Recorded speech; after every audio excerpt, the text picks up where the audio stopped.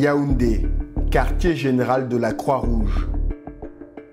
Des centaines de drépanocytaires sont venus des quatre coins du Cameroun participer à la journée mondiale de la drépanocytose. Les enfants! Les enfants!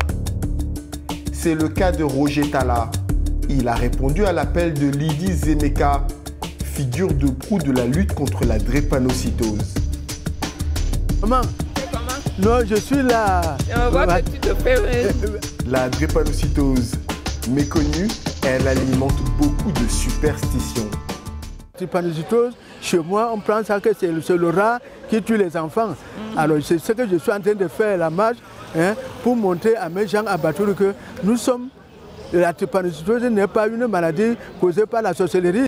Le thème que nous avons pris là, c'est sur la prise en charge des malades. Que les malades même d'abord se prennent en charge. Oui. Parce que nous-mêmes, nous devons aussi nous prendre en charge, connaître notre maladie.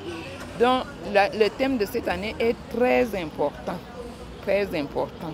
Et c'est bien que tu sois venu, tu iras leur transmettre ce que tu auras appris ici. Lydie Zemeka dirige l'association Convergence Drépanocytose, plateforme qui regroupe toutes les associations camerounaises mobilisées contre la maladie. Depuis 2015, nous travaillons avec l'ISCD et le ministère de la Santé pour sensibiliser sur cette maladie et voir comment on peut améliorer la prise en charge des personnes drépanocytaires pour que leur vécu soit meilleur. Les associations ont un rôle très important du fait qu'au sein des associations, on se sent moins seul face à cette maladie qui est orpheline, où les malades, les parents de malades sont stigmatisés. À l'intérieur des associations, on se sent moins seul. Et puis, il y a un partage d'expériences. Vous voyez, on apprend beaucoup de choses au sein des associations. Mais aussi, ce sont les associations qui peuvent mieux porter le plaidoyer parce que ce sont les malades qui peuvent mieux porter le message, qui peuvent mieux dire ce dont ils ont besoin. Devant, devant, allez vous mettre. On va commencer. Les enfants devant, s'il vous plaît. Ça va, on l'a trouvé, merci. Devant.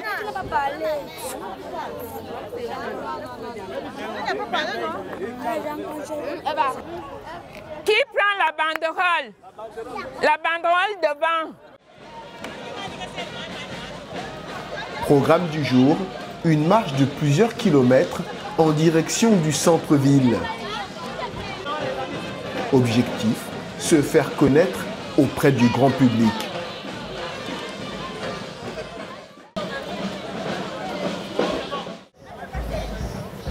Pour la marche.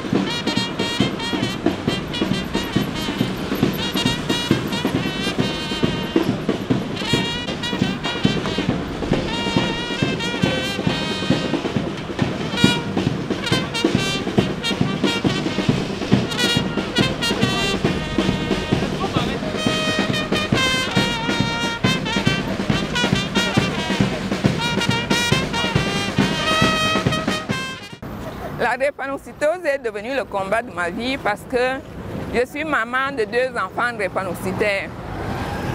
Et quand on m'a annoncé que mes enfants sont malades, je me suis mise à l'école pour connaître la maladie de mes enfants. Et puis j'ai côtoyé les drépanocytaires, j'ai vu combien Ils eux-mêmes ne connaissent pas la maladie, ils ont honte de leur maladie. Il y a des parents qui ont honte de vous parler comme moi là, de vous dire que leurs enfants sont drépanocytaires.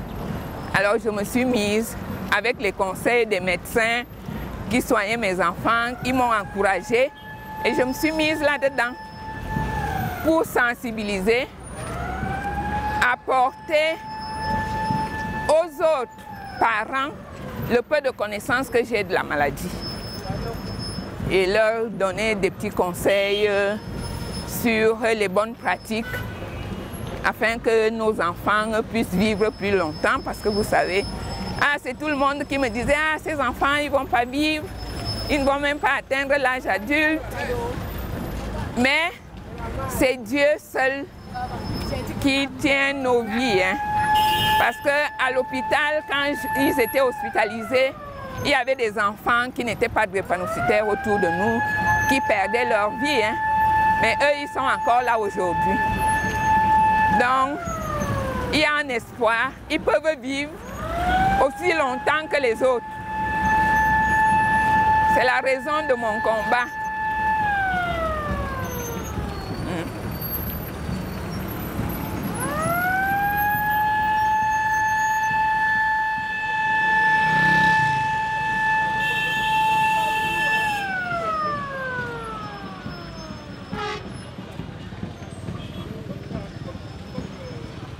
Il y a beaucoup de choses qui sont faites.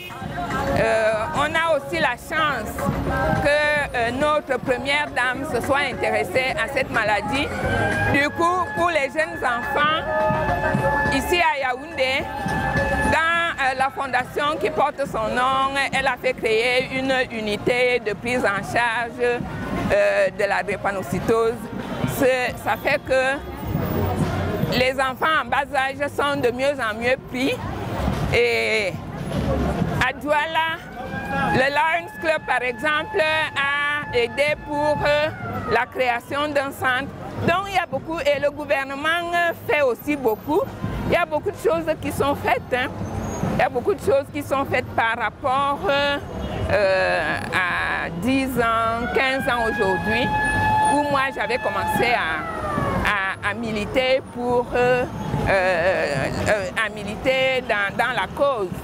Donc beaucoup de choses sont en train d'être faites, mais nous pensons que on peut faire plus. Et justement, qu'est-ce que vous attendez alors? Le plus, qu'est-ce que vous attendez? Le plus, c'est que si l'enfant en bas âge est vraiment bien pris en charge, parce que les pédiatres s'intéressent beaucoup à la maladie. Nous voyons de plus en plus aujourd'hui des personnes drépanocytaires devenir adolescentes, devenir adultes. Donc il faut que pour les adultes aussi, parce que les problèmes sont différents, suivant les âges, que pour les adolescents et pour les adultes, qu'on puisse aussi faire quelque chose pour leur prise en charge, pour qu'elle se fasse de façon meilleure.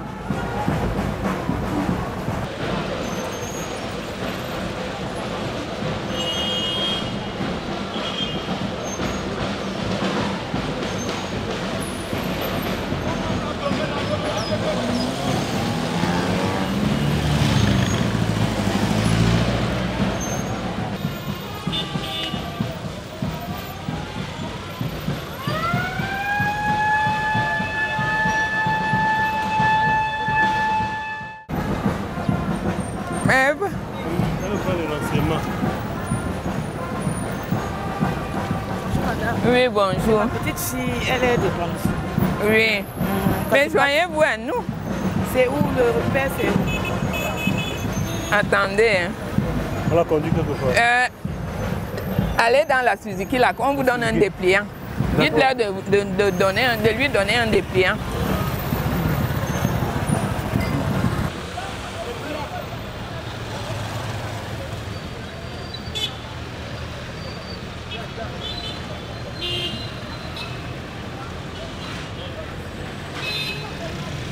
Vous voyez, c'est un exemple de sensibilisation.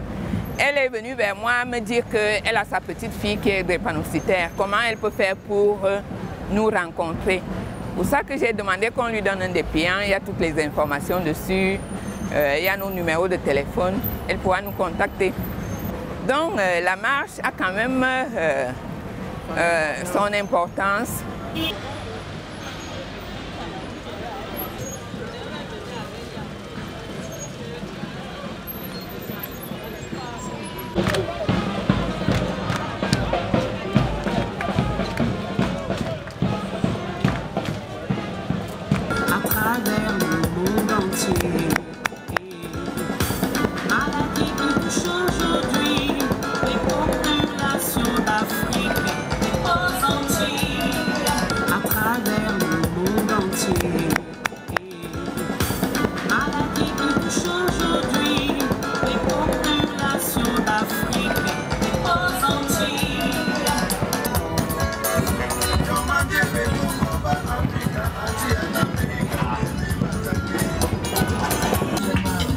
La cérémonie est placée sous le haut patronage du ministère de la Santé, dont nous attendons soit le ministre lui-même, soit un de ses représentants. Nous avons invité le ministre des Affaires sociales, le ministre de la Promotion de la Femme et de la Famille, le ministre des Enseignements secondaires, le ministre de l'Éducation de base, le ministre de l'Enseignement supérieur. Bref, tout ce vers qui nous voulons porter notre plaidoyer pour la cause du drépanocytaire.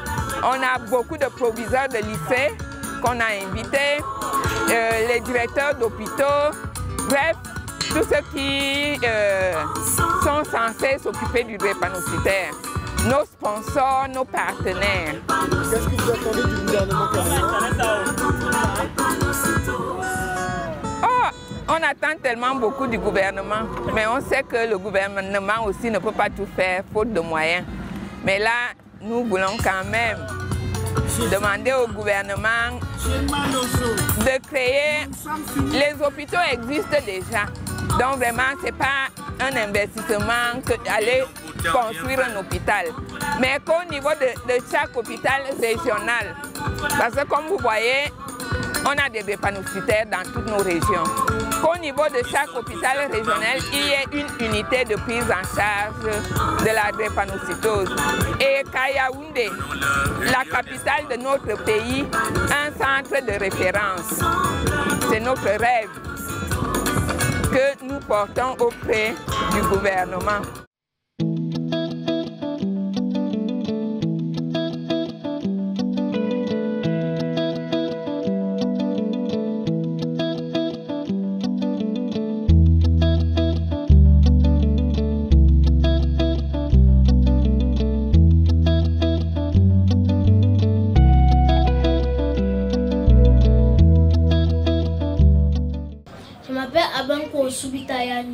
Oui. Et je crois que être drépanocytose, ce n'est pas une maladie, une fatalité, oui, une malchance.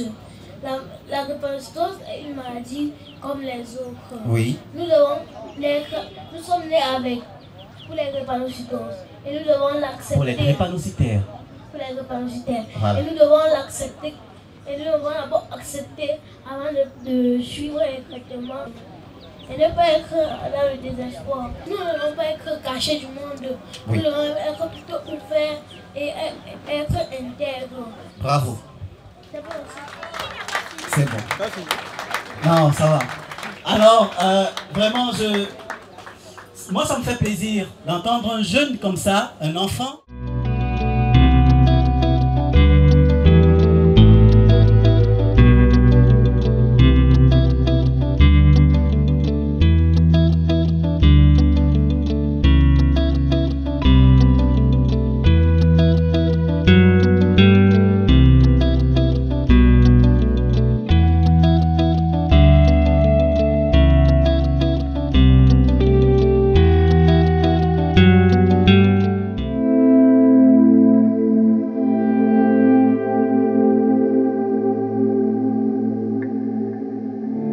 Pour mieux comprendre les souffrances endurées par les drépanocytaires, nous nous rendons chez Paul Valère et Esther Osubita. Je vais un peu regarder comment il s'est comporté la nuit. Les drépanocytaires souffrent de crises de douleur régulières. C'est le cas de Excel, 5 ans. Excel. Comment? Tu as encore eu mal? Oh. Le pied, c'est... La drépanocytose est une maladie génétique qui déforme l'hémoglobine contenue dans les globules rouges. Ces derniers sont alors fragiles et rigides et créent des bouchons dans les vaisseaux sanguins. Les crises sont dues à la mauvaise irrigation en sang de certains organes et peuvent à la longue entraîner leur destruction. Il est drépanocytaire comme tant d'autres, comme ses frères et sœurs. Donc, de temps en temps, ils ont des douleurs, soit au niveau musculaire, les deux jambes par exemple. Son cas, actuellement, la nuit, le mal s'est déclenché sur les cuisses et les genoux, les deux jambes entières. Parfois, ça se complique. Après 1 heure, ça peut revenir au dos. Ça devient le dos. Parfois, quand tu essaies d'atténuer le dos, c'est les bras. On espère que ça ne va pas se compliquer pour qu'on aille à l'hôpital pour le moment.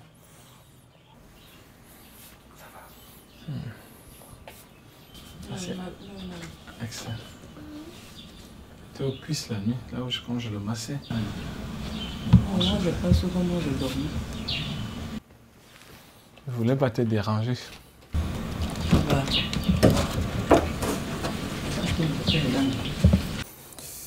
J'espère que les autres sont réveillés. Faut que j'aille les voir. Ok. Ah, ils dorment encore. Bonjour, tout le monde dort? Hey, c'est déjà le matin. Faut vous réveiller. Bonjour, ça va? Oh, je m'excuse, hein. Faut vous réveiller. Vous savez que c'est déjà l'heure de la prière. Pourquoi ils ont des... Bonjour les enfants, ça va? Pourquoi ils ont des moustiquaires comme ça?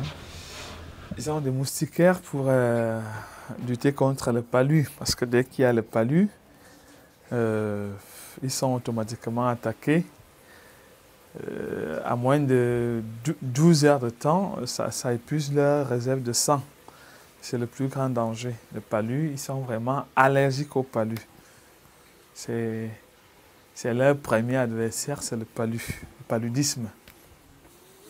J'espère que ça va. Ok, 9, brosser.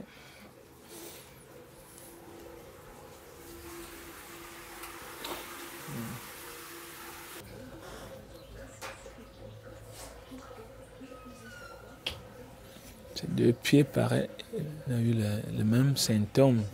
Tu as toujours mal? Tu as toujours mal, papa? Toujours le pied. Lui, il a eu mal. Je suis sur un pied. Et puis, il avait, au niveau du ventre, il avait des difficultés pour respirer. Bon, je lui ai acheté des parties de médicaments hier.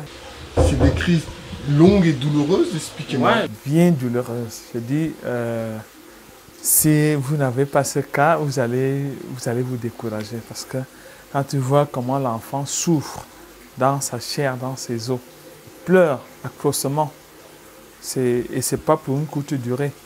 Ça peut vous prendre toute une nuit ou 2 jours, sans arrêt. Donc, il faut avoir le cœur pour supporter ça. Parfois, ça me fait plus mal que l'enfant. Quand tu vois comment un bébé, comme ça, pleure. Tu brosses les dents. Où est la brosse de Samuel? Pour éliminer les déchets, un drépanocytaire doit uriner bien plus qu'un individu sain. Il doit donc boire davantage d'eau, sous peine de souffrir également de crises de douleur. Chacun a pris son médicament, son eau. On exige à l'hôpital qu'ils doivent boire 2 litres d'eau, mais moi je vais plus qu'à 2,5 litres d'eau par jour. Donc le matin, le premier petit déjeuner, au réveil après le brossage, il faut qu'ils prennent chacun 1 demi-litre d'eau à jeun, avant toute chose. Allez, ça va. Toi, si tu veux boire,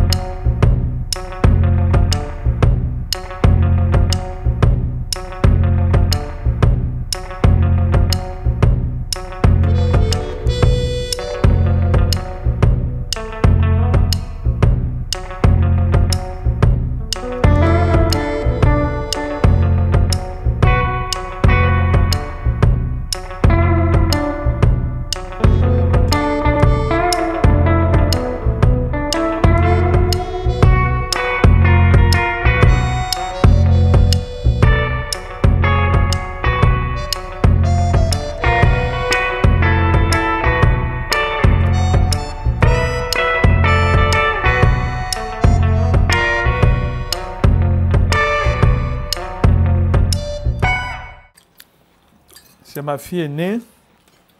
Elle s'appelle Zuniga Atuba. Elle est A. Elle est saine. Il y a Yanis Abenkou au Subita. Lui, il est SS. Son statut, il est SS. Ça veut dire qu'il est drépanocytaire. Il est drépanocytaire. Charlotte au Subita. Il est aussi drépanocytaire. Elle est drépanocytaire. SS. Il y a Bité au Subita. Lui, il est sain. Il est A. Il y a Mendo au Subita. Il est SS. Elle est aussi drépanocytaire. Il y a Samuel Roland en côte. Lui aussi, il est drépanocytaire. Il a ressenti les douleurs. Et Sono à Sembe. Lui aussi, il est drépanocytaire. J'ai 5 qui sont SS. Parmi les 9 enfants. Moi, je suis AS. Elle aussi, elle est AS. On n'a pas su la naïveté.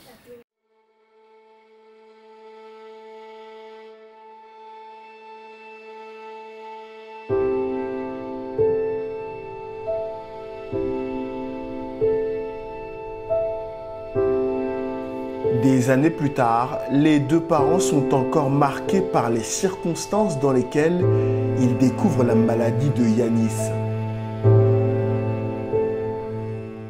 C'est en 2014 que je découvre que Yanis est drépanocytaire. 7 ans après sa naissance, il allait déjà à l'école, il vaquait à ses occupations. Une nuit, après une bonne journée passée avec les 3 enfants, pendant mon sommeil avec mon épouse, je me fais réveiller par des cris. Quand je me rends au chevet, je constate que le fils aîné Yanis, il souffre abondamment. Il m'a dit qu'il avait des douleurs au niveau du dos et au niveau des pieds, des membres inférieurs. Je ne comprenais pas qu'un enfant de son âge ait mal au dos. Nous avions commencé à lui poser des questions s'il a eu un choc durant la journée, pendant la journée, au cours de leur jeu. Il a dit non, à l'école, non. Je lui ai donné du paracétamol, sa maman et moi, croyant que ça pouvait le calmer. Le mal n'allait que de mal en pire, au point où toute la nuit, parce qu'on se disait que ça pouvait s'arrêter d'un moment à l'autre. On est arrivé jusqu'au petit matin. Parce que non seulement on n'avait pas assez de moyens pour aller à l'hôpital, on croyait aussi, il se faisait tard, on croyait maîtriser la maladie. Le lendemain matin, il s'est un peu calmé. Vers les 9 heures, le même mal a recommencé. Le dos. On s'est rendu à l'hôpital, comment on l'appelle, à Pakitala? Non, de la Casa, à l'hôpital de la Casa, en Kondongo. On explique au docteur comment l'enfant ressentait. Le docteur a commencé à nous poser les questions, à savoir, est-ce qu'il a l'habitude d'avoir ces crises? On a dit non, c'était une première fois. Est-ce qu'il a chauffé? On a dit non. Il a palpé l'enfant, tâté l'enfant pour voir ce qui n'allait pas. L'enfant lui a localisé là où il ressentait le mal. Bref, après ça, il nous a appelés en counseling, il nous a demandé qu'on fasse un examen, des examens, parmi lesquels l'électrophorèse. Il nous a demandé pour nous, il a demandé pour l'enfant. Bref, on s'est exécuté, on a fait l'électrophorèse, on a mis l'enfant sous perfusion, ça a un peu atténué ses douleurs. On est rentré à la maison, ça a un peu calmé l'enfant. je crois, le 4e jour, les mêmes douleurs, c'était plus au dos, c'était au pied. On est revenu à l'hôpital. Elle a encore administré des soins. 2 semaines après, on est rentré à la maison. On nous appelle à la casse d'un Kondongo. On nous a fait comprendre que l'enfant était porteur d'un gène, et nous-mêmes, de drépanocytose. Bon, j'avais déjà une idée parce que par le passé, j'ai mon neveu qui a beaucoup souffert de ça. Donc, quand il me parle de drépanocytose, je ne comprends pas très bien dans ma tête. Il me dit non, votre enfant est atteint de gène de drépanocytose. Et vous-même, vous êtes porteur, vous et votre femme.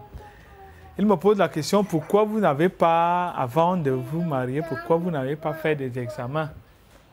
Bref, on lui a dit que bon, on n'avait pas ça en tête, on était encore jeunes, on s'est emballé, c'était pas trop dans notre tête. Il nous a donc fait part. Dès qu'il nous a fait part de ça, honnêtement, c'était comme si un fardeau tombait sur ma tête. Parce que je vois un peu ce que ma grande sœur a vécu tout au long de 26 ans avec son fils. Parce que j'ai habité chez elle et j'ai vu comment la souffrance qu'elle endurait avec le fils. Fabrice, son fils aîné, qui a été malade pendant 26 ans, 27 ans. Il est décédé malheureusement à cause de la même maladie, la drépanocytose. Donc ça m'a beaucoup traumatisé parce que je vivais un peu la même scène, les scènes atroces que l'enfant a endurées, parce qu'on passait tout le temps à masser l'enfant dans les hôpitaux, des opérations et tout, et tout, et tout. Je me dis, mon Dieu. Donc c'est mon tour. Donc j'ai été traumatisé au point où je me suis renfermé en moi, ma femme et moi, pendant des mois. On ne comprenait rien. On avait même honte de nous-mêmes. On s'est dit, quelle est cette erreur que nous avions faite? Par naïveté, comment on n'a pas pu prendre des précautions à temps? On s'en voulait nous-mêmes. On se disait, quelle est cette peine que nous allons subir? Je vous le dis, en toute sincérité, nous avions géré cela pendant environ 5 ans, sans que personne ne soit au courant, que ce soit nos amis, que ce soit les membres de la famille, parce que pour nous, pour moi, je ne voulais pas affecter la grande famille, parce que, ayant déjà ce traumatisme avec mon neveu qui est décédé, je n'ai pas voulu leur faire partager cette souffrance morale. Je cherchais encore comment leur expliquer cela, comment ils vont prendre cela, parce que moi-même, j'avais honte de moi-même. Je ne savais pas quoi faire. J'étais vraiment perplexe, perdu. J'ai vécu cela pendant 5 ans. Je vous dis, pendant 5 ans. Je gérais cette situation avec mon épouse. J'ai géré les hôpitaux parce que par semaine, parce que quand Yanis a commencé, c'était par semaine, on allait à l'hôpital 3 fois par semaine, au point où on résidait même déjà à l'hôpital. Je vous dis, c'était un calvaire. À un moment, comme je ne comprenais pas encore la maladie, il y a un jour où j'ai agressé le directeur de l'hôpital parce que je venais de dépenser à peine 200 000 francs. Un jour après, l'autre, il est encore hospitalisé. Je dépense encore 100 000 francs. La même semaine, on était hospitalisé 3 fois. Je ne comprenais pas exactement le phénomène, comment ça se passe. La 3e fois, je suis arrivé, je suis allé agresser la directrice de l'hôpital. Je lui ai dit, mais vous n'arrivez pas à soigner mon enfant? Pourquoi vous êtes en train de me escroquer de l'argent? Pourquoi une maladie, vous n'arrivez pas à la soigner en une semaine? J'ai l'impression que c'est vous qui provoquez ça pour me stocker de l'argent. C'est là où il m'explique, il me dit non, mon fils, vraiment, j'ai l'impression que vous ne comprenez même pas encore la maladie auquel vous souffrez et vos enfants. C'est une maladie qui peut se manifester, qui peut déclencher, même par l'émotion de l'enfant. Si l'enfant est trop content, ça peut déclencher. Si l'enfant est trop triste, ça peut déclencher. S'il est dans le chaud, dans le froid, ça peut déclencher. Donc, c'est une maladie que vous allez vivre avec l'enfant pour le moment à vie, le temps qu'on n'a pas encore trouvé les médicaments. Je suis allé à l'hôpital Chantal Biya. J'ai fait l'examen, même à la deuxième, parce qu'on m'a demandé à Charlotte. Je me suis retrouvé qu'elle aussi, elle était SS. J'ai dit, c'était un autre scandale. En dehors de Yanis, je me retrouve encore avec une situation. Mon Dieu. La même routine a commencé, maladie sur maladie, maladie sur maladie, maladie sur maladie, maladie sur maladie. Fréquence de 2 fois par semaine, chacun d'eux. 2 fois par semaine. Ma famille, à un moment, ils ne comprenaient pas.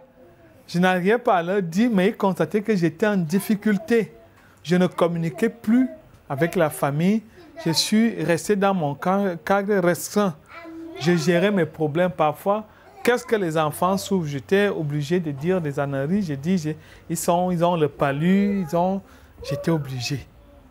À un moment, je ne parvenais plus parce que quand c'est arrivé au niveau où les moyens étaient déjà finis, je ne savais pas quoi dire. Il fallait que je passe par les emprunts à gauche, à droite. J'étais obligé de solliciter les emprunts au sein des membres de la famille.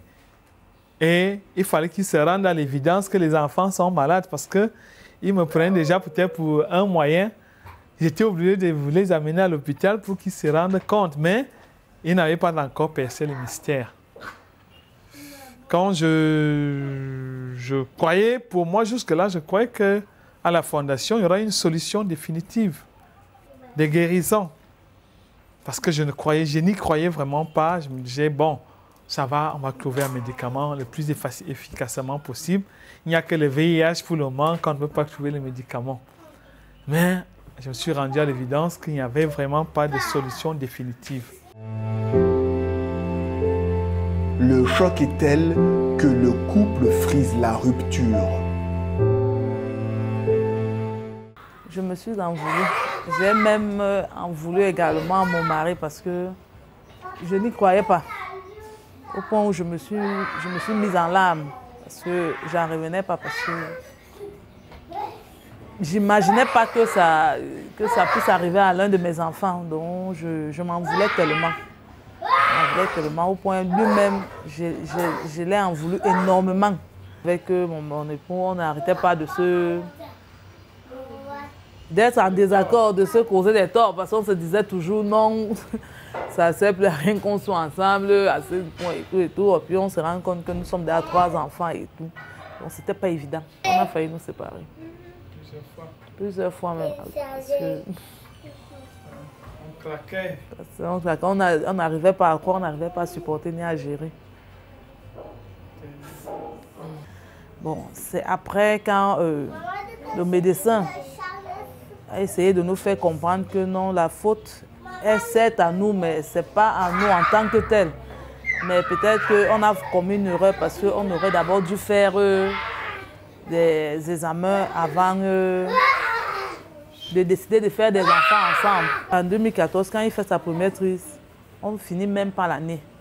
Il fait une des trises où il fait une anémie sévère. Il se retrouve à 2% de taux d'hémoglobine. C'est là où on se retrouve chez les anglophones là-bas, Europe Service, où le médecin même, il a peut-être cru que nous sommes des parents qui sommes en train de s'amuser, dit que mais vous blaguez. On dit blague, on va dire que mais je veux le sang immédiatement pour cet enfant. Cet enfant a 2% de taux d'hémoglobine. Nous, on ne comprenait toujours rien. Même les patients qui étaient couchés à l'hôpital paniquaient parce qu'ils ont vu comment l'enfant est devenu pâle et tout. Nous, on voyait... En fait, moi, je ne voyais pas. Je voyais mon enfant normal, qu'il était normal et tout. C'est là où, quand on dit que non, il faut du sang immédiatement, c'est là où, quand il reçoit sa première transfusion, c'est là où je commence à accepter la maladie réellement parce que Jusque-là, je n'acceptais pas. Juste après la première transfusion de Yanis, sa soeur n'a même pas fait 3 mois aussi. Elle aussi, elle se retrouve dans la même situation où il faut la transfuser. Elle était à 3% des taux d'hémoglobine. Il a fallu qu'on la transfuse aussi. On l'a transfusée dans le même hôpital. Donc c'est là où on commence donc à se rendre à l'évidence. Vraiment, ça veut dire que c'est réel. Yanis aussi se souvient du calvaire qu'il a enduré pendant sa première crise. Les douleurs étaient quand même fortes. Je pensais que mes os se brisaient. C'était une atroce douleur.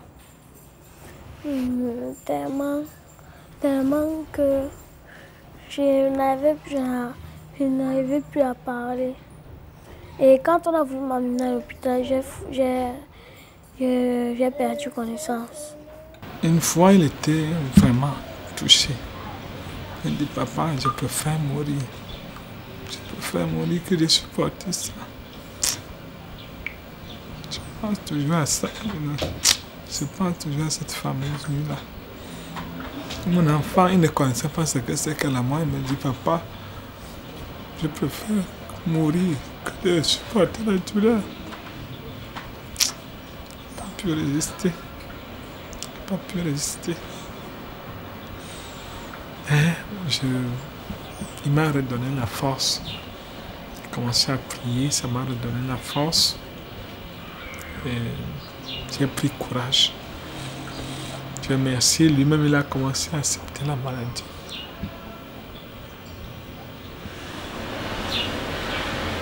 Ça a été dur au départ, ça a vraiment été dur.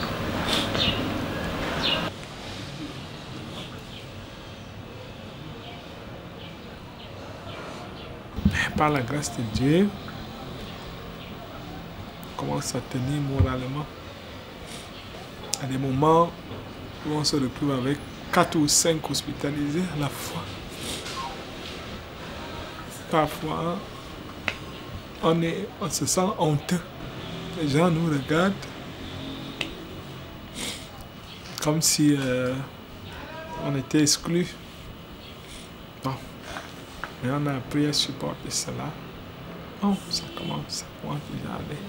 Moi, j'ai senti mal la première fois quand je lui demande que quand tu as la crise, tu ressens comment? Je dis que maman, je ne peux pas t'expliquer parce que j'ai l'impression, quand il y a une crise, j'ai l'impression de parcourir 5000 km. Et je me suis dit, est-ce qu'il réalise ce que c'est que 5000 km? Il me dit que ça fait. Parce que je dis que comment tu ressens et que je suis fatiguée, j'ai l'impression d'avoir parcouru plus de 5000 km. C'est pour ça que parfois, quand vous voyez quand les crises s'arrêtent, on dort. Parce qu'à l'instant, même la crise d'une minute, c'est comme si c'était 5000 km à pied, une course de 5000 km qu'on venait de parcourir. Vous voyez, un parent, parfois quand on n'a même pas 5 francs, tu vas aller à l'hôpital, tu vas commencer comment? Le traitement, ça coûte tellement cher financièrement. On est obligé de commencer par des méthodes de la prise en charge personnelle. On a des baumes, des petits massages. La plupart du temps, c'est ce que nous faisons. C'est quand on n'a pas d'argent, on est obligé. Et vous voyez, les anti-inflammatoires, ils sont à 5 qui sont malades.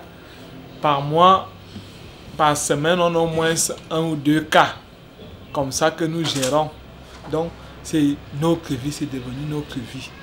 On ne parvient plus à rien faire. On ne parvient à rien entreprendre parce que toute notre vie est concentrée rien qu'à eux, à assurer au moins leur santé. Et on est obligé de faire des efforts à ce niveau pour qu'ils mangent équilibré parce qu'on nous apprend que c'est la prévention. Il faut vivre avec en prévention, en prévision. Dire qu'il faut qu'il soit équilibré, il faut qu'il soit moralement bien, il faut qu'il soit alimenté en médicaments. Même un choc psychologique peut les déranger. Donc nous vivons sous cette pression-là. On ne parvient à rien faire. Bon, mais on se dit que ça vaut la peine que nous gardons nos enfants sains. on ne parvient même pas à payer nos loyers, nos factures, parce que c'est très dur. C'est très dur, on est obligé de subvenir, de faire des efforts.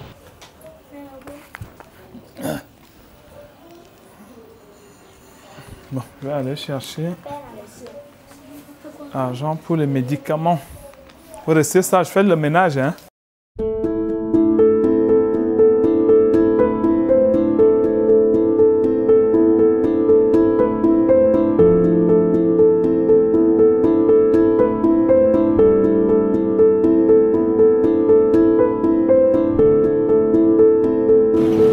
Chinga de place.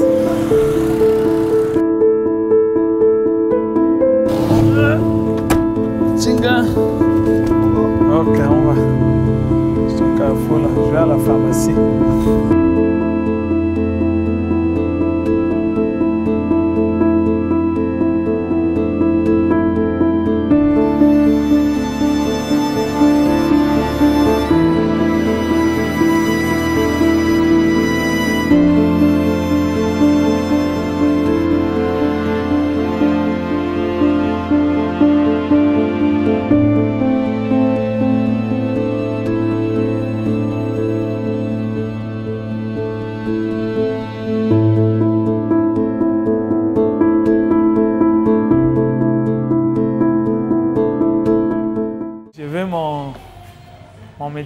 Mes médicaments pour les enfants. Quel médicament? Ospen et Afrol. Et il y a de 12 ans à 3 ans. 12 ans à 3 ans. Ok. Donc les seins sont des panacées. Ouais. Ah, wow. Elle connaît.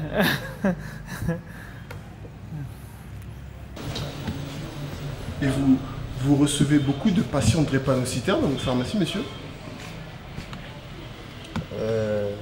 C'est une maladie vraiment courante ici? Oui, c'est une maladie qui est très très courante en Afrique, en dessous du Sahara. Mais dans cette pharmacie, vous avez beaucoup de clients drépanocytaires? Oui, il y en a, il y en a qui viennent. Ils sont assez nombreux. Il y a l'Acfol qui a pour rôle de fructifier le sang dans les globules rouges dans l'organisme parce qu'ils sont constamment anémiés. Donc ça joue le rôle de régulateur pour qu'il n'y ait pas carence au niveau du sang. Bon, maintenant, l'antibiotique qui est l'équivalence d'Ospen. C'est un antibiotique qui lutte contre les infections. Ils sont tellement exposés aux infections. Il y a le froid, il y a des blessures. Donc, pour prévenir les infections de peau, de sang et des os, on leur anticipe déjà ces antibiotiques, l'Ospen pour la prévision. Et maintenant, le rôle du Clabar, c'est contre les douleurs. Quand ils sont en crise, ça atténue d'abord un peu les douleurs avant d'aller à l'hôpital. Peut-être on peut se rendre dans une heure assez tardive dans la nuit et qu'on ne puisse pas se déplacer à l'hôpital. Ça permet juste un peu d'atténuer le mal pour que le matin, on puisse se rendre dans un établissement hospitalier. Donc, c'est le rôle que j'ajoute, les corps médicaments. Donc, je dois toujours les avoir à la maison. Ils sont sous traitement de cet Afol et de cet antibiotique. Ils vivent de ça. Donc, chaque jour, ils doivent le prendre. Sauf que les antibiotiques, ils les prennent pendant 2 semaines. Par contre, ça, c'est chaque jour de la vie. Et ça, c'est occasionnel lorsqu'il y a crise. 14 400 francs. Ok. C'est quoi votre budget mensuel total des médicaments? Quand il n'y a pas eu de crise, quand je suis pas allé à l'hôpital, c'est juste en dessous de 50 000 francs. Et en cas de crise, ce montant mensuel peut tripler. Quelles sont les maladies les plus coûteuses pour les familles, madame? Il y a d'abord la drépanocytose. Et puis, bon, je pense qu'en dehors de ça, il y a aussi Le paludisme qui décime tous les jours. Oui, les hépatites.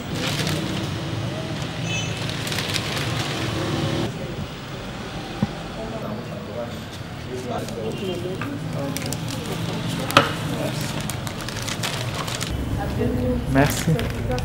Non. Bonne guérison aux enfants. Merci. Merci.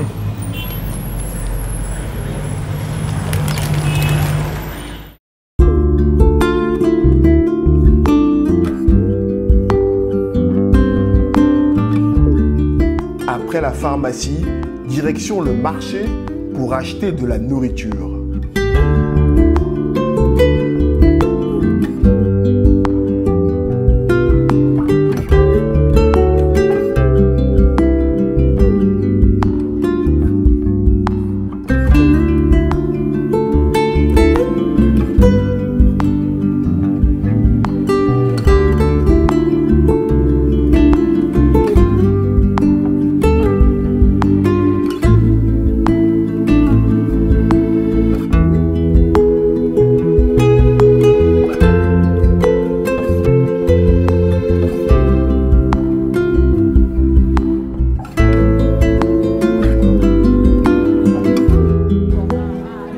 Combien?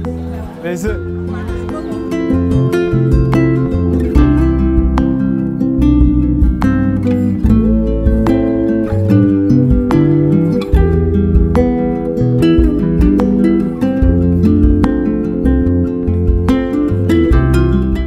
Les enfants drépanocytaires, vous savez qu'ils doivent avoir une alimentation équilibrée. Vraiment, il faut mettre l'accent là-dessus. Dès lors qu'il y a carence, ça se répercute directement sur le fonctionnement de l'organisme. Une vitamine C, fer, magnésium, en tout, il ne doit pas avoir carence. Il doit avoir une alimentation très complète, équilibrée. Je dois dépenser pour rien que pour leur alimentation, en moyenne, 150 000 francs. La viande, le poisson, les œufs, du lait, des fruits et des légumes. Soit au total un budget mensuel moyen d'environ 300 000 francs CFA pour les médicaments et la nourriture. La drépanocytose pèse également lourdement sur le devenir économique des familles.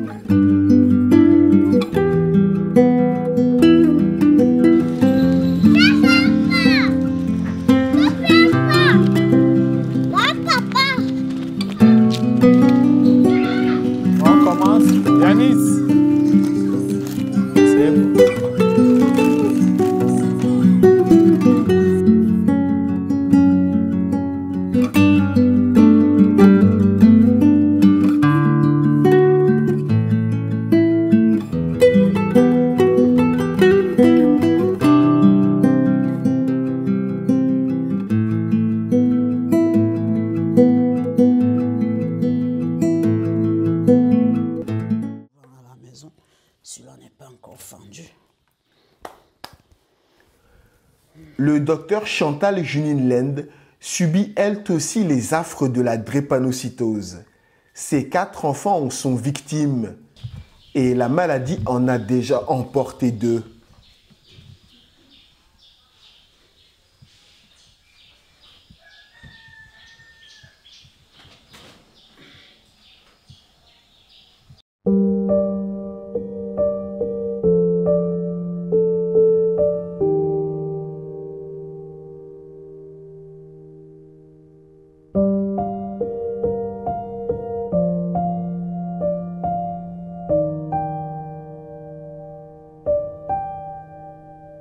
Celle-ci est née en 90, c'est ma 3e enfant.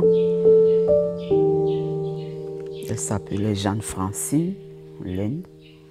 Donc on a fêté son anniversaire le 8 novembre 91 et elle tombe malade le 30 octobre. Nous étions au nord du pays. Le temps pour moi de m'apprêter à prendre l'avion pour la ramener parce qu'on venait d'y aller travailler, je ne connaissais pas encore les hôpitaux et tout. Je me suis dit je vais la ramener à la fondation Jean-Irène Bia. Et puis bif, le 1er décembre elle est morte. j'étais tellement traumatisée que 1 an plus tard, j'ai dit, il me faut un autre enfant, je ne peux pas, je ne m'en sortais pas, j'étais tellement traumatisée. Je dis, il faut que j'allaite encore un enfant, que je sache le garder, que je sache mieux l'entretenir et tout. Ce qui m'était d'ailleurs déconseillé parce que j'accouchais par césarienne, mais je me suis entêtée et j'ai fait ce monsieur qui pour moi était la totale consolation. Et il était, comme vous le voyez là, ici là, c'est exactement le jour de son anniversaire. Seulement à 1 an, il marchait bien. Et lorsqu'il a atteint 19 mois, il a développé des infections ici au chevet, à cet âge-là.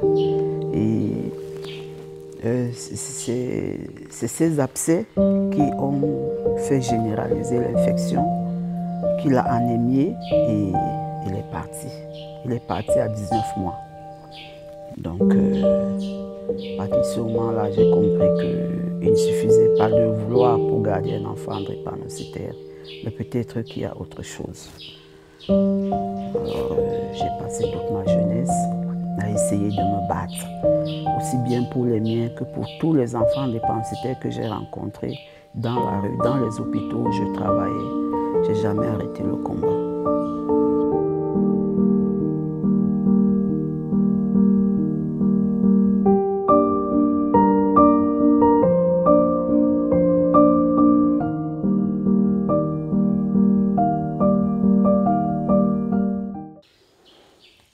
La drépanocytose, j'allais dire, c'est toute ma vie. Je pense que ce que je fais en passant aujourd'hui, tous les jours de ma vie, et qui peut-être aide les autres, c'est lié à la drépanocytose. Parce que à un certain âge, j'étais une jeune fille plutôt belle, une jeune dame plutôt intelligente, pleine d'avenir. Et je pense que j'aurais été inutile à la société si je n'avais pensé qu'à moi, à mon avenir, à mes aptitudes. Même mes études à l'université, je les ai interrompues à cause de la drépanocytose parce que je me suis dit, il faut que j'apporte quelque chose dans la prise en charge de mes propres enfants. Aller à l'hôpital à tous les coups, ça ne suffira pas. Donc c'est elle qui m'a orientée vers la médecine que j'ai faite. Et je dis, à tous les coups, j'ai rendu service dans la société parce que je me tourne toujours pour dire à une maman, je vois que l'enfant là est peut-être drépanocytaire. Voyez, est-ce que vous lui donnez assez de fruits? Est-ce qu'il boit assez d'eau?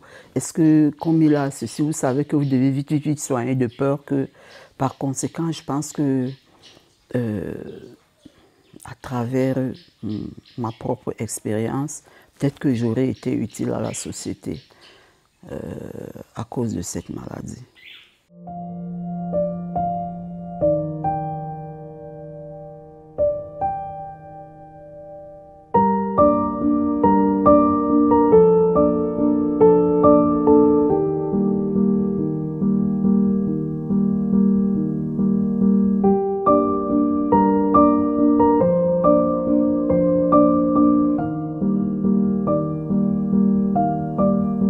Je suis AS. Lorsqu'on est AS et que mon mari aussi est AS, nous avons mathématiquement une chance sur 4 de faire un drépanocytaire. Mais au finish, nous avons fait 4 drépanocytaires, donc on a eu 4 chances sur 4 de faire un drépanocytaire. Voici Josiane, sa fille rescapée.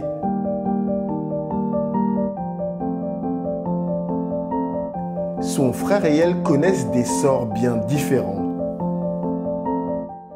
De nous deux, en fait, c'est lui qui souffre le plus depuis qu'on est petit. Donc quand il a des crises, ces crises s'éternisent sur 2 semaines, 1 mois, 3 mois, des fois.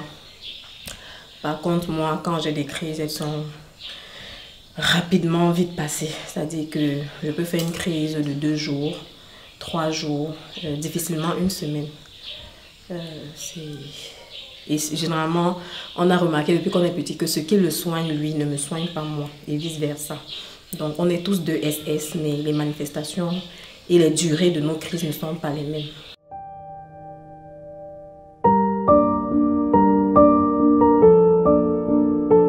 Mère et fille s'emploie désormais à venir en aide aux drépanocytaires.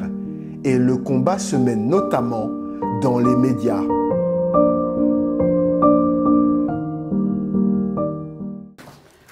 La CIA TV, la télévision officielle nationale, il y a une émission, la matinale, je pense. Aujourd'hui étant la journée internationale de lutte contre la drépanocytose, je vais y aller en tant que leader d'une association que j'ai mise sur pied avec les deux de mes enfants.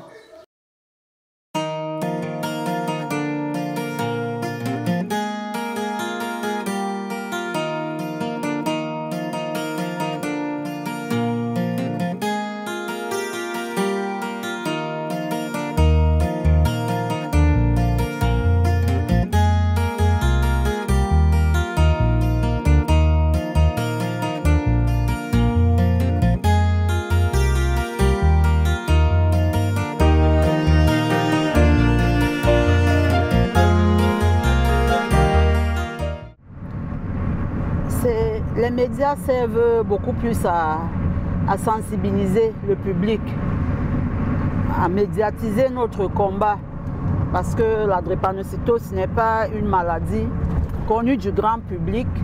La drépanocytose est mystifiée chez nous, on la prend pour de la sorcellerie et il faut maintenant amener les gens à comprendre que c'est une maladie congénitale. Et en plus, c'est une maladie qui, bien encadrée, peut laisser vivre, même si on ne vit pas normalement comme la majorité des personnes. Donc, lorsqu'on va dans les médias, c'est pour amener les gens déjà à se faire tester, à faire tester leurs enfants. Et la drépanocytose, c'est une maladie qui intéresse les médias camerounais? Pas vraiment. Pas vraiment. La drépanocytose... Comme c'est le 19 mai aujourd'hui, on va avoir quelques interviews, quelques débats, mais à part ça, c'est pas un grand sujet. Pourquoi? Mais je pense que la plus grande raison, c'est que la drépanocytose n'est pas, j'allais dire, financée. Les médias vont là où va l'argent.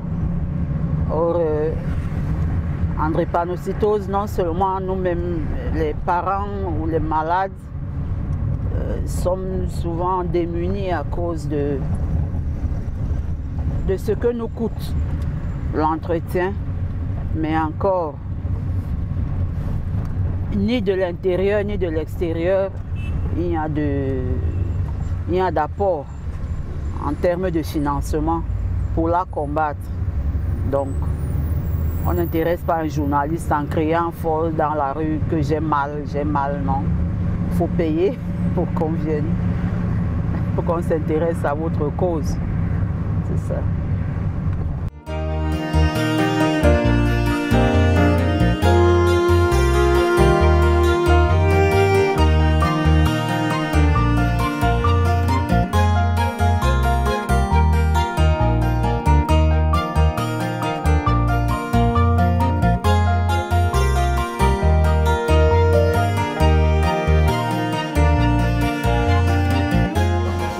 Bonjour monsieur. Madame Laine. Madame Laine. Ah, ok, venez, on va vous conduire au maquillage.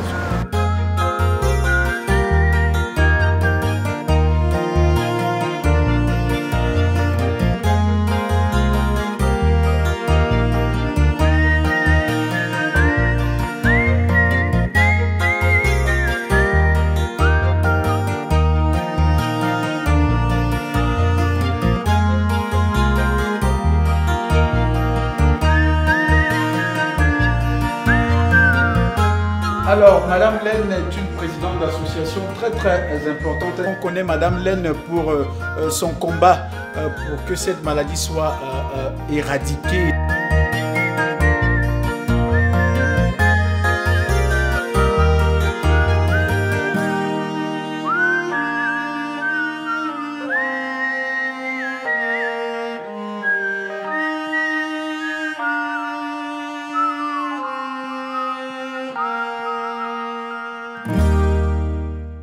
vous êtes coordonnatrice d'une association. Dites-nous un tout petit peu quelles sont les activités de votre association. Commençons par là. Aujourd'hui, jour J, nous avons organisé des tests gratuits de drépanocytose. On a demandé aux jeunes, à monsieur tout le monde, de venir dans notre centre de santé partenaire où nous avons laissé la machine d'électrophorèse pour se faire tester gratuitement. Par exemple, nos téléspectateurs qui nous regardent veulent se rendre dans un des centres partenaires, comme vous le dites si bien, pour effectuer un test de drépanocytose. Où doit-il se rendre? Au centre de santé Sainte-Désirée, à Fougerolles. Il y a une grande route qu'on est en train de travailler qui va au stade Elimbe. Juste en face, il y a la plaque qui est située en plein marché. Après ces tests que vous appelez monsieur tout le monde d'aller faire, qu'est-ce qui est prévu en dehors de ceci? Ceux qui seront testés positifs, nous allons les répertorier et nous allons d'ailleurs essayer de répertorier tout le monde vraiment dans les quartiers et beaucoup plus en zone rurale parce que nous nous sommes dit, ici en ville, il y a déjà plus d'une association, il y a plus d'un hôpital, plus d'un médecin qui sur les drépanocytaires. Nous aimerions que ce combat soit déporté en zone rurale où plein d'enfants naissent drépanocytaires et meurent sans avoir jamais été diagnostiqués. Et pour tout le monde là-bas, c'est la sorcellerie. Parce que tellement les crises sont récurrentes et douloureuses et l'enfant n'arrive pas à vivre normalement, il n'y a que la sorcellerie. Donc nous aimerions que, autant que faire se peut, notre lutte se déporte vers les districts de santé qui sont en zone rurale pour que là-bas, on teste aussi les gens et qu'on les prenne en charge, notamment par des conseils pour l'hygiène de vie, par la façon de manger, la façon de s'habiller et surtout la façon d'aller à l'hôpital. Parce que, comme je dis que dans la tête du citoyen lambda, c'est la sorcellerie, ça fait que souvent on court vers Alain Mimbo qui ne peut pas apporter la réponse adéquate. Il faut donc convaincre les parents que ces enfants ont une maladie parmi tant d'autres et que cette maladie peut être prise en charge par la médecine ordinaire. Madame Laine, bon vent et continuez de lutter pour les droits des drépanocytaires au Cameroun. Merci. Merci. C'était l'invité sur CRTV News et nous rappelons que la lutte contre la drépanocytose figure depuis 2009 parmi les priorités de l'OMS pour la zone Afrique, l'Organisation mondiale de la santé. Elle va débarrasser de l'autre côté. Elle avait un autre ici. Non, ça va, j'en ai juste son micro.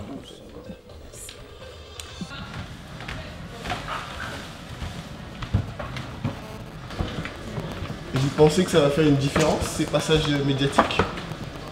Vous savez, les passages médiatiques, c'est comme les gouttes d'eau. Des gouttes d'eau qui peut-être un jour finiront par remplir la mer, tout simplement. Mais on ne peut pas dire qu'en une émission, on ait fait le travail. Le chantier est tellement vaste.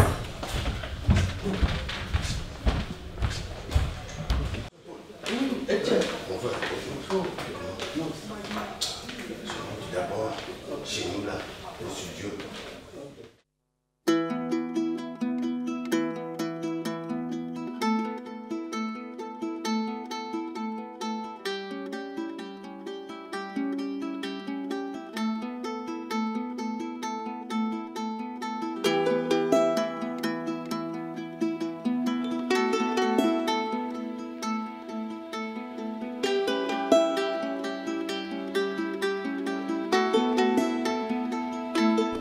Ici, c'est le centre de santé Sainte-Désirée, notre centre de santé partenaire, où nous avons laissé notre appareil d'électrophorèse. Et nous aimerions bien faire les tests gratuits aujourd'hui, les tests d'électrophorèse pour ceux qui viendront. Notre machine, elle fonctionne toujours bien. Quelqu'un est venu se faire tester? Oui, hier. Ah, c'est bien ça. Et vous avez quand même 4 patients hier. Ah, ok. Donc là, vous avez utilisé une bandelette. Oui. C'est idéal. Vous avez quand même déjà des cas de SS depuis qu'on a laissé la machine? Non, pas encore. Pas encore, mais AS. AS, oui. Vous avez des cas de AS. On a eu 2 AS. Ok. Bon, mais notre souhait, ce n'est pas que les gens soient SS, c'est que la population soit... Mais on se dit que s'il y a des malades, il faut qu'on les prenne en charge à temps.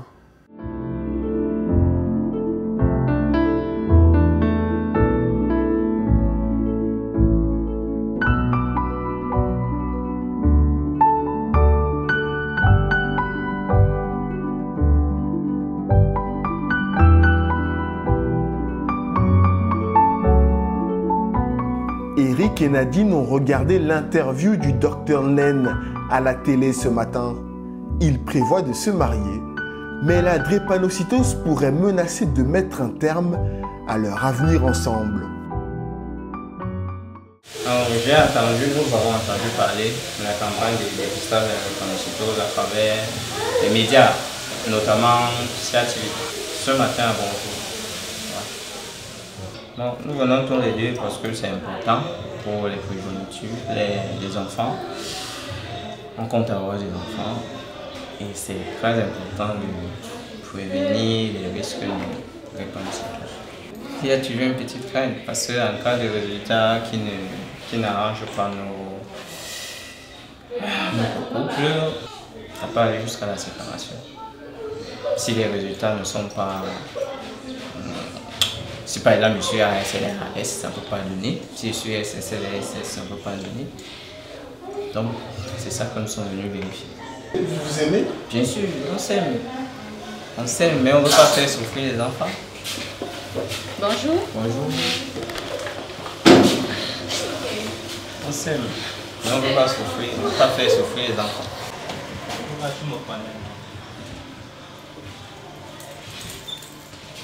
J'en ai déjà vu des enfants drépanocytaires, j'en ai vu, j'en ai connu et j'ai vraiment vécu la souffrance. C'est pourquoi je répète encore, on tient vraiment à faire les examens de Forest. Et vous êtes d'accord, mademoiselle, avec ce qu'il dit? Je suis d'accord.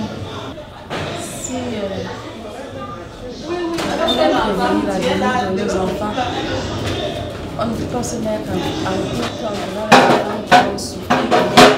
Donc, si ça arrive, le mieux c'est de les séparer. C'est une journée un peu décisive alors. Oui, très décisif. D'où la crainte. D'où la crainte. D'où la crainte.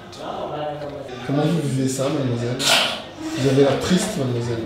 Vous avez peur? J'ai pas du tout peur.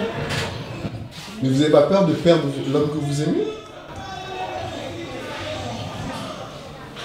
Si c'est que la volonté de Dieu soit faite. Si c'est mon homme, il n'y aura pas à dire, mais si ce n'est pas le cas, on va faire comme on peut faire. On n'aura pas le choix.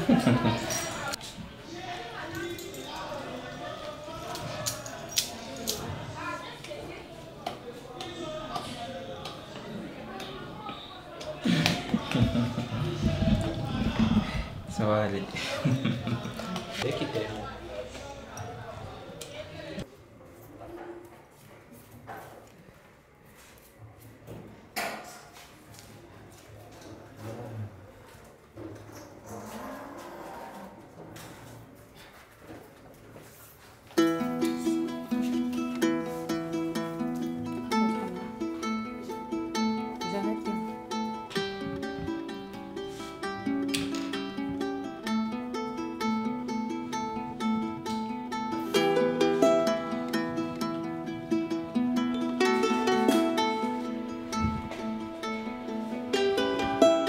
Docteur, vous dépistez beaucoup de couples, de jeunes couples comme ça? Oui. Bon. Les jeunes couples qui ont besoin de faire des enfants, ils passent d'abord par le test de l'électrophorèse. Ils passent sur fraise. Je vais piquer. Ne bouge pas. Tu lâches le point.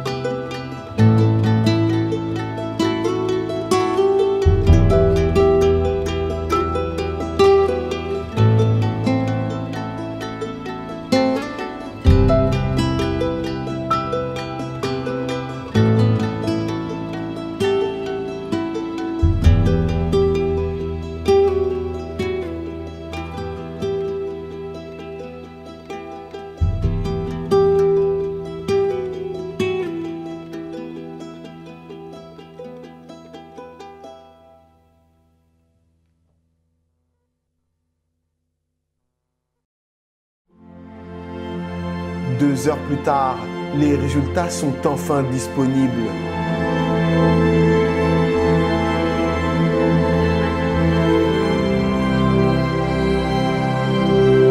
Dieu soit loué, ils sont tous deux parfaitement sains.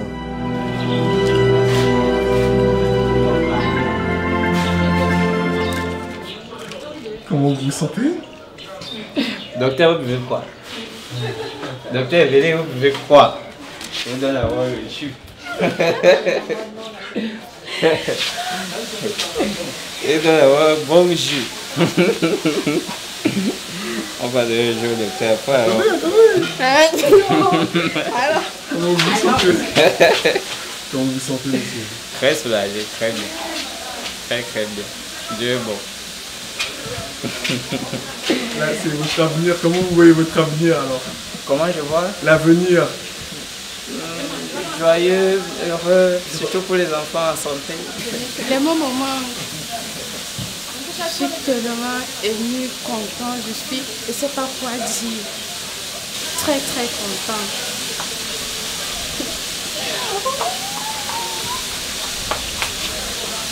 Oh Seigneur, tu n'oublies pas tes enfants.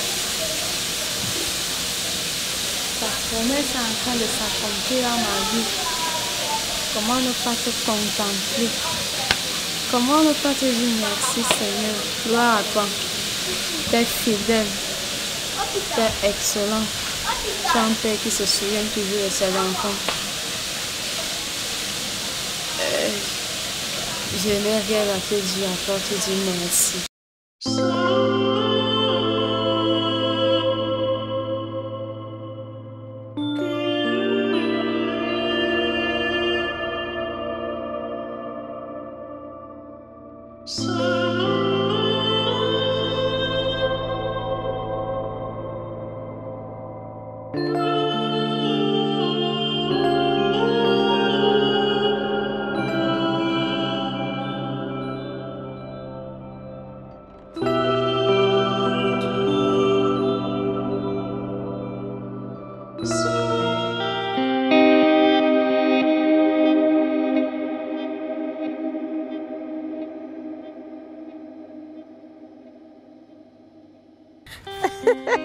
Ça va? Bien. Tu étais un peu en train de jouer avec les amis. Non, maman t'a dit que je venais à la maison aujourd'hui. Allons, allons. De retour chez Yanis et sa famille. Aujourd'hui, ils reçoivent la visite de Joséphine Tematio de l'association IECD.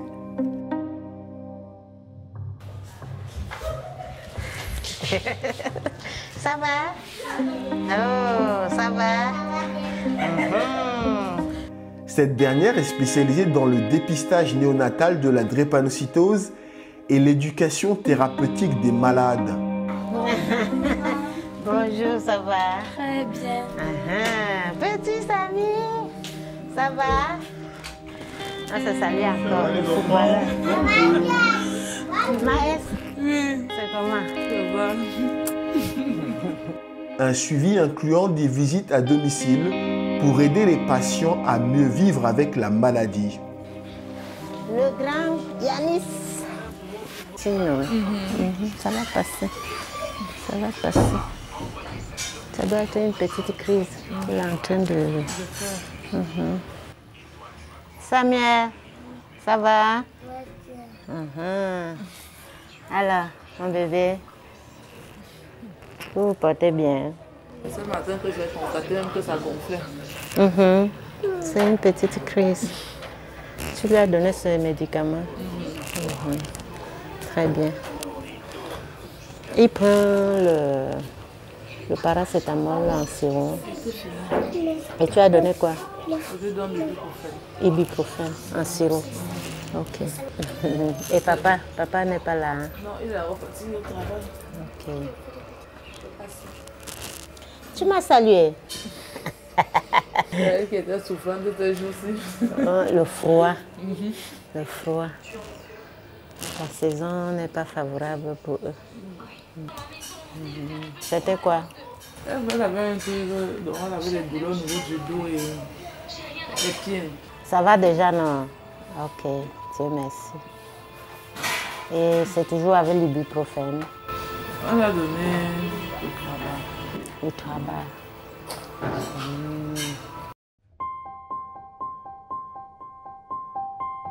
Madame Thématio apporte également un soutien psychologique à Yanis, qui vit mal les limites que lui impose la maladie.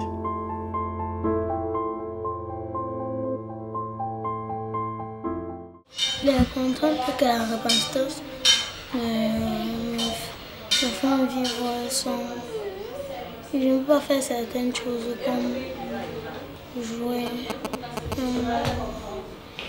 pratiquer des activités sportives que j'aime bien. Et je me sens toujours comme un enfant différent. Mais parfois, je me demande pourquoi je suis née comme ça. Après, je me ressaisis. Il faut seulement apprendre toi-même à te limiter sur tes propres capacités à jouer. On ne sera pas toujours derrière toi en train de te parler, en train de dire non, ne fais pas ci. Il faut que toi-même tu t'appropries de ce que nous appelons les 10 règles d'or. Si toi-même tu commences déjà à respecter ça, personne ne sera plus là pour dire Yanis, non, ne fais pas ça. Si tu pars au foot, tu regardes l'heure, tu sais que bon, si les autres jouent 30 minutes, moi je dois jouer 15 minutes ou 20. Les 10 règles d'or, c'est les règles qu'ils doivent respecter pour bien vivre avec la drépanocytose. Il y a comme première règle d'or, il faut se faire consulter, il faut aller à l'hôpital, il faut respecter les rendez-vous que les médecins traitants leur donnent. J'essaie déjà de travailler avec les parents pour que ceux qui, après la pédiatrie, n'ont plus eu des visites à l'hôpital, essayent de recommencer encore pour avoir des médecins traitants. Ensuite, il y a des vaccins qu'ils doivent prendre. Le vaccin contre les méningites, contre la typhoïde et les hépatites.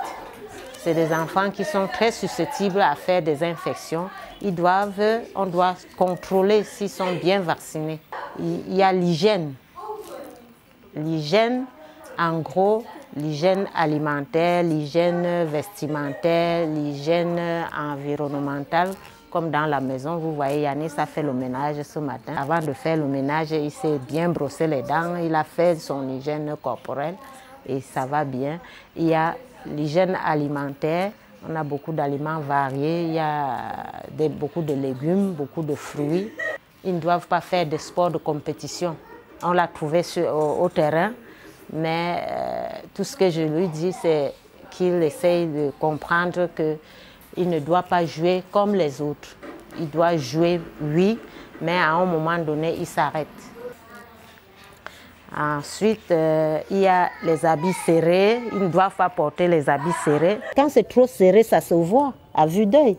Mais ça, ce n'est pas serré du tout. L'enfant, c'est son pantalon, ce n'est pas serré. C'est quoi les dangers des vêtements serrés? Ça bloque la circulation sanguine et ça peut occasionner une crise immédiatement. Quand l'habit est serré, la circulation est bloquée. Et alors là, le bilan, ça va, ils sont bien? Non, ils sont bien habillés, il n'y a pas de souci.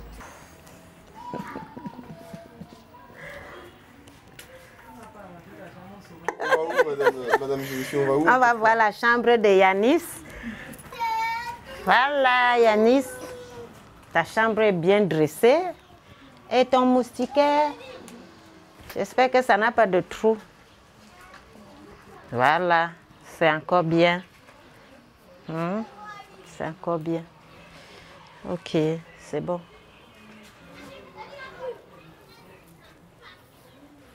Ton lit est bien dressé. En matière d'hygiène, Yanis est parmi les premiers. Hein.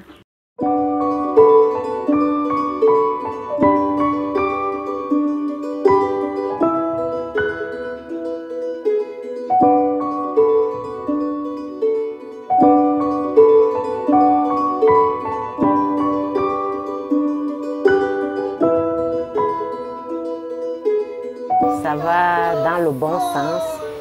Surtout la petite évaluation que j'ai faite dès que je suis entrée ici. Yanis a beaucoup avancé. Il explique beaucoup de choses sur la drépanocytose. Et, même s'il ne respecte pas jusqu'à présent tous les 10 règles d'or, c'est aussi parce que c'est au fil du temps qu'il doit vraiment s'approprier de ça. Ce n'est pas en 2 jours, en 1 mois, même en 1 an. On vient de commencer les enseignements, les causeries éducatives cette année scolaire. Ça fait juste 1 an. Donc il a beaucoup avancé.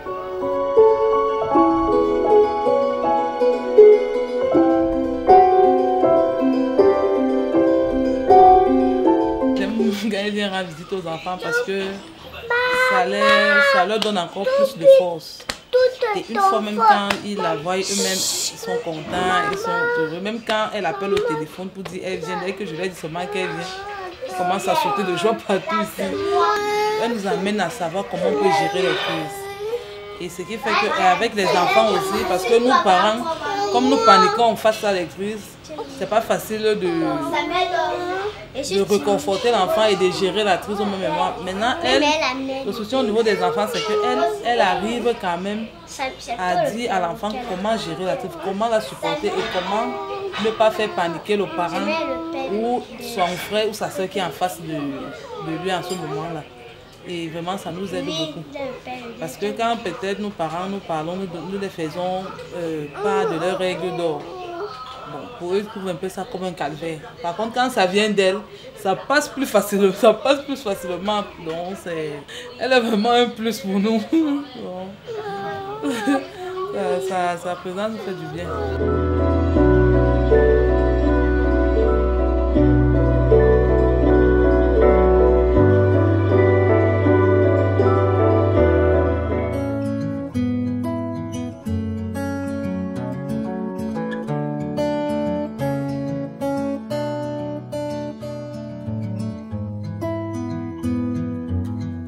Nous retrouvons Joséphine Tematio. Elle anime aujourd'hui une causerie éducative auprès de jeunes malades et de leurs familles. Nous avons beaucoup de difficultés, surtout avec les enfants des lycées. J'ai beaucoup de soucis parce que sur une 50aine, il y a une dizaine seulement qui est suivie. Donc, quand ils sont encore chez le pédiatre, la maman monte, la maman descend. Et une fois au collège, ça diminue un peu. Ça diminue un peu.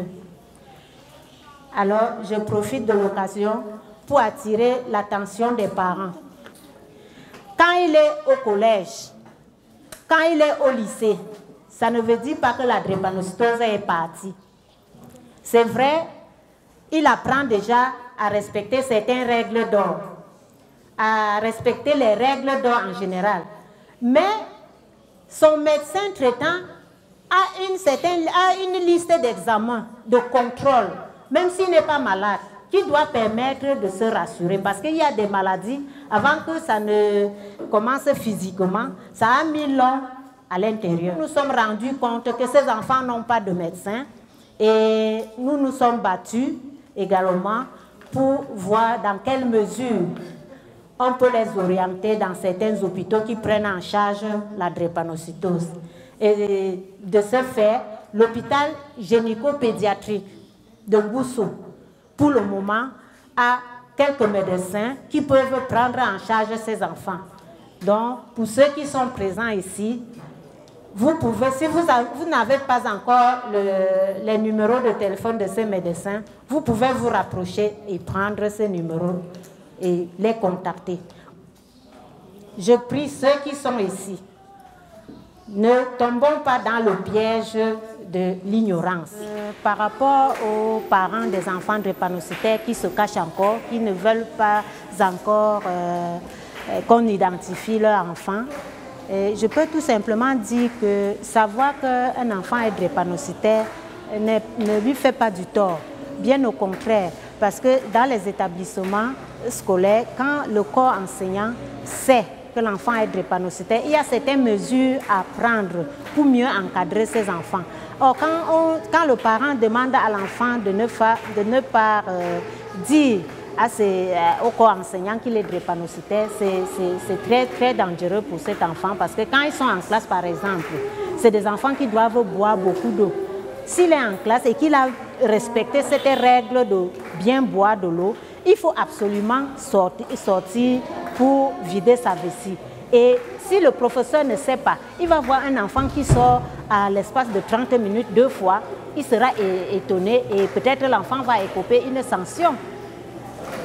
Et il y a aussi le fait que dans l'établissement, il y a le service social qui les accompagne aussi.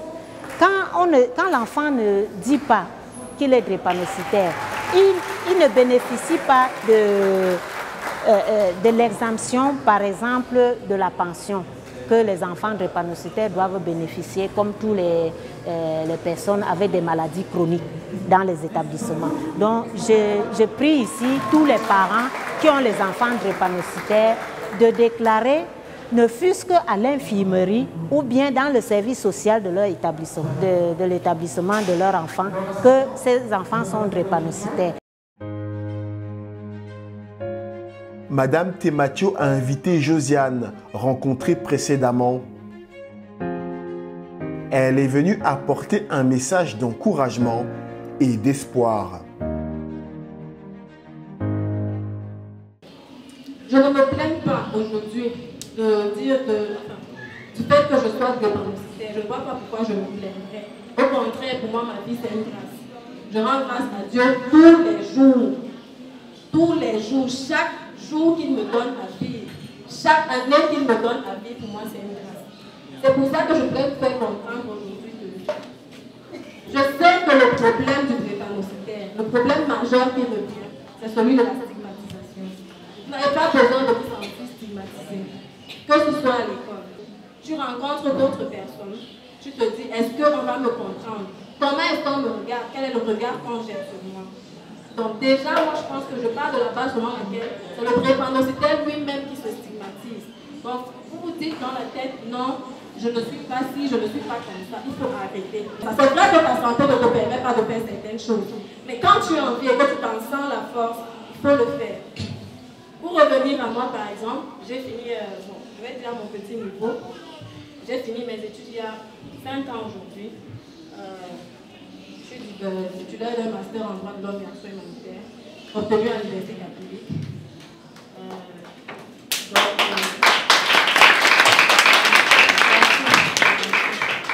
Il y a 3 ans que j'exerce dans le social, parce que qui dit humanitaire dit un peu social, on sait tous que ce n'est pas évident pour nous de faire exactement ce que nous faisons. Néanmoins, je suis aujourd'hui ce qu'on appelle un accompagnateur psychosocial des personnes vivant avec le divorce. Donc, vous voyez que moi j'ai une pathologie, mais je m'occupe de personnes ayant une autre pathologie, le VIH/SIDA en l'occurrence.